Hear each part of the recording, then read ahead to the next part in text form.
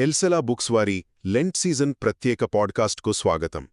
ఈరోజు మనం మాట్లాడుకోబోయే థీమ్ ఏంటంటే, మన జీవితంలో ఎదురయ్యే అత్యంత చీకటి భయానకమైన పరిస్థితుల్లో కూడా మన కాపరి అయిన దేవుడు మనకు ఎలా తోడుగా ఉండి గొప్ప ప్రశాంతతను ఇస్తాడనేది చూద్దాం. మొదటిది, ఒక్కసారి ఈ సిచ్యువేషన్ ఊహించుకోండి. మార్చ్ నెల, అర్ధరాత్రి, సరిగ్గా 2 గంటలవుతోంది. తొలిసారిగా దూడలకు జన్మనిస్తున్న ఆవులను చూడ్డానికి మీరు కట్టిక చీకట్లో బయటకు వెళ్లారు. అప్పుడే మీ భుజం వెనకాలే అతి దగ్గరగా తోడేళ్లు ఊళలు వేస్తున్న శబ్దాలు వినిపిస్తే అసలు ఆ వాతావరణం ఎంత భయానకంగా ఉంటుందో కదా. గుండెల్లో దడ పుట్టడం ఖాయం. ఇక రెండవది, చేతిలో ఒక చిన్న ఫ్లాష్లైట్ మాత్రమే పట్టుకొని ఆ చిమ్మచీకట్లో వణుకుతున్నప్పుడు కీర్తన 23 మనకు ఎంతటి అద్భుతమైన ఓదార్పునిస్తోందో తెలుసా?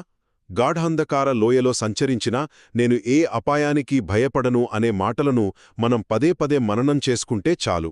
దేవుని దండం, ఆయన దుడ్డుకర్ర మనకు ఎప్పుడూ తోడుగా ఉన్నాయన్న ధైర్యం ఖచ్చితంగా వస్తుంది.